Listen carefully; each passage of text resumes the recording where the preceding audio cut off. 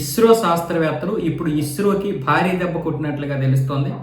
ఇక్కడ దాదాపు 120 మంది వరకు శాస్త్రవేత్తలు రాజీనామా చేయడానికి సిద్ధంగా ఉన్నట్లుగా తెలుస్తుంది. కొంతమంది అందులో రాజీనామా కూడా ఇప్పటికే సమర్పించినట్లుగా జాతీయ మీడియాలో వస్తున్నటువంటి వార్తలు. దీనికి మొన్న కేంద్ర ప్రభుత్వం 14వ తారీఖున కొన్ని కీలకమైనటువంటి ఆదేశాలు కూడా జారీ చేసిన నేపథ్యంలో బలం చేకూరుతుంది. ఎందుకంటే నిజంగానే వీళ్ళు రాజీనామా చేస్తున్నారు. అయితే రాజీనామా చేయడానికి ప్రధాన కారణం ఏంటంటే బయట దేశాలు భారీ ఆఫర్ ఇస్తున్నాయంట. అంటే ఊహించినటువంటి ఆఫర్ ఇస్తున్నాయి అని చెప్పి ఇందులో చాలామంది, ముఖ్యంగా చంద్రయాన్ 3కి పనిచేసినటువంటి ఒక యువ శాస్త్రవేత్త కూడా రాజీనామా చేయడానికి సిద్ధంగా ఉన్నట్లుగా అయితే ఇప్పుడు ఈ వార్తల యొక్క సారాంశం. ఇది కాకుండా స్పేస్ ఎక్స్కి పనిచేసినటువంటి డైరెక్టర్గా పనిచేసినటువంటి ఆయన కూడా రాజీనామాకి సిద్ధంగా ఉన్నాడు.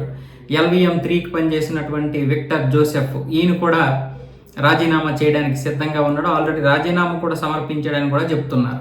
సో ఇవన్నీ చూసుకున్నట్లయితే ముఖ్యంగా విక్రమ్ సారాభాయ్ స్పేస్ సెంటర్ నుంచి 80 మంది వరకు రాజీనామా, 20 మంది వరకు రాజీనామా. అలాగే ఇది కాకుండా యువి రావ్ స్పేస్ సెంటర్ నుంచి 80 మంది వరకు రాజీనామా ఇచ్చినట్లుగా అయితే ఇప్పుడు ఈ నివేదికలు అయితే చెప్తున్నాయి.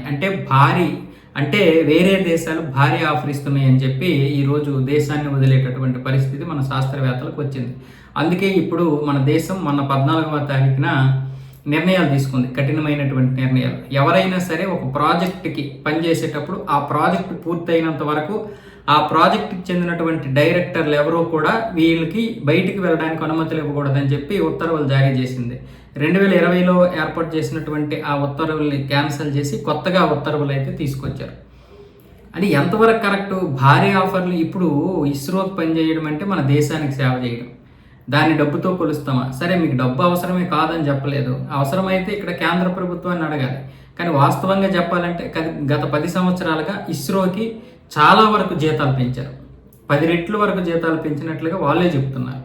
కాకపోతే విదేశీయులు ఇచ్చినంత దీనిగా ఇవ్వలేదు. విదేశీయులు ఎందుకు ఇస్తున్నారు అనేది కూడా వీళ్ళు ఆలోచించుకోవాలి.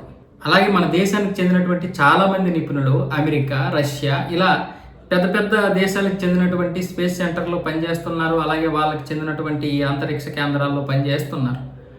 కానీ ఇప్పుడు వీళ్ళు ఇక్కడ చేస్తున్నటువంటి వారు, వీళ్ళకి ఇక్కడ అవకాశం ఇచ్చినటువంటి వారు డబ్బు కోసం మాత్రమే ఆశపడి వెళ్ళిపోవడం అనేది కరెక్ట్ కాదు. అలాగే చాలామంది శాస్త్రవేత్తలు దేశం కోసం అంకితమై ఉన్నారు. చాలామంది ఎన్నో రోజులు అవమానాలు కూడా పడి ఇంకా పనిచేస్తున్నటువంటి వారు కూడా ఉన్నారు. మనం అందరినీ ఒకే గట్టిని కట్టలేం. కానీ ఈ డబ్బులు కాసిపడినటువంటి వారిని మాత్రం మనం తిట్టాల్సిన అవసరం లేదు, కానీ వాళ్ళే ఆలోచించుకోవాలి. ఈ దేశ సేవ ఇది. ప్రతిదాన్ని డబ్బుతో చూస్తే ఎలా? మన దేశానికి కావలసినటువంటి ఈ యొక్క ప్రతిభని దోచుకోవడానికి కూడా వాళ్ళు ఆఫర్లు ఇస్తూ ఉంటారు.